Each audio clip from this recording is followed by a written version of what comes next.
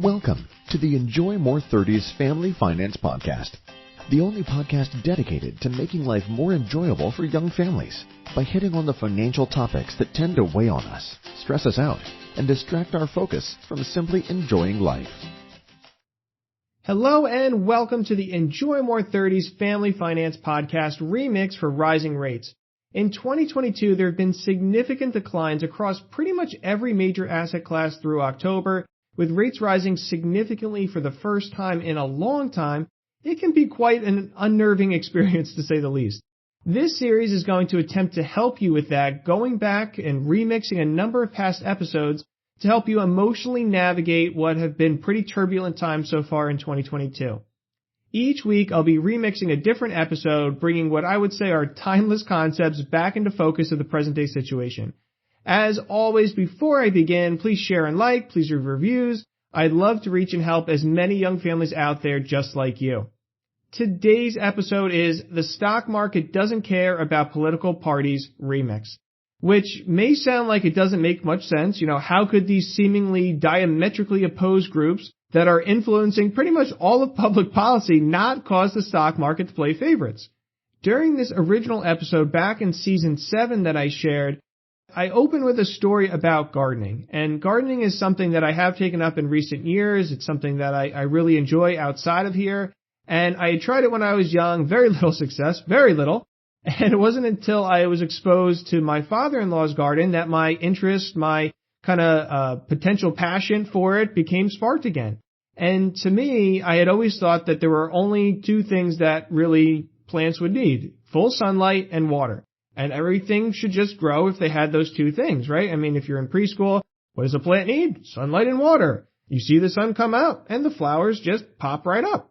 What I learned, though, is that those two things in water and sunlight, they a lot of times aren't even the most important thing that a plant might need. Sure, they need the water, they need the sun, but a plant in the wrong type of soil is going to struggle and most likely die regardless of how much water and sun it gets. If the soil is too heavy, too loose, the roots won't do well. If the pH is off, the plant literally won't be able to get the nutrients it needs out of the soil. The soil is this all-important element.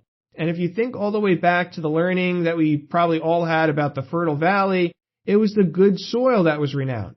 I mean, many plants out there don't even like full sunshine or lots of water. They like a little water or full shade. There's all different plants for different types of situations. And so after you learn it, you're like, yeah, this makes a lot of sense. So when we speak to clients around election times, they are concerned about who is going to get elected in respect to the stock market. It feels like this is the predominantly important water and sunshine, like with the plants. Concerned in general, I certainly get. Obviously, everybody out there wants the person who they think is best running the country. 100% makes sense.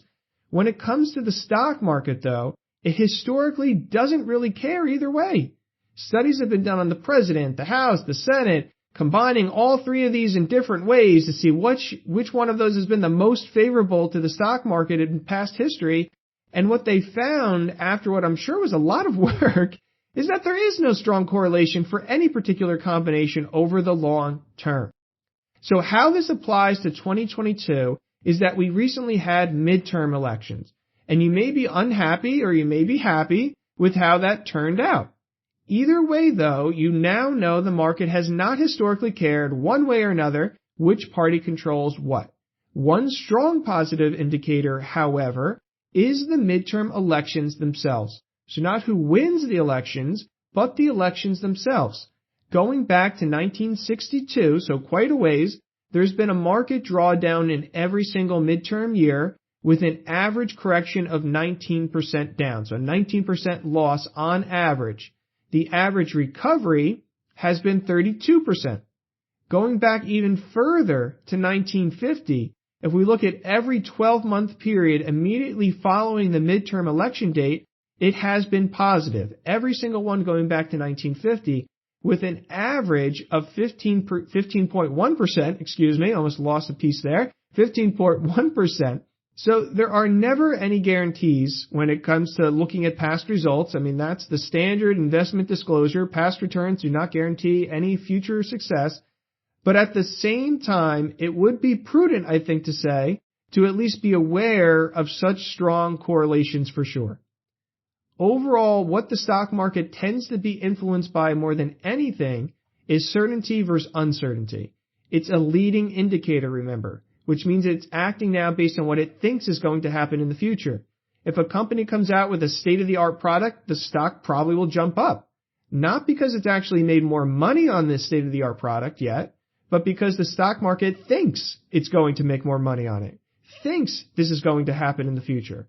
Now, if the product winds up blowing up, the stock will subsequently drop because it's saying they think this company is going to post really bad earnings. But again, it's in the future. It's what they think. So am I saying that government policy has no part whatsoever in how the stock market is affected? No, of course, I'm not saying they have no effect at all. The plants still do need some degree of water and sunshine, even if it may not necessarily be the most important factor. But what political party may win or lose in general has historically not been something worth getting upset about either way.